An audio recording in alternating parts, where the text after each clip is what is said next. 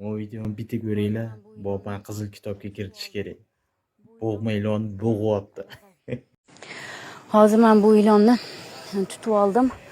Bu ilon anaqa miroti qo'yimmi tutib olgan ekan. Xullas bo'g'izlayotgan ekan. Shu payt tutib oldim-da. Endi qizil kitobga kiritilgan bo'lsa, endi hushdan ketib qoldi-da. Yo'q, hushdan ketib qoldimmi, yo'q o'ldim bilmayman.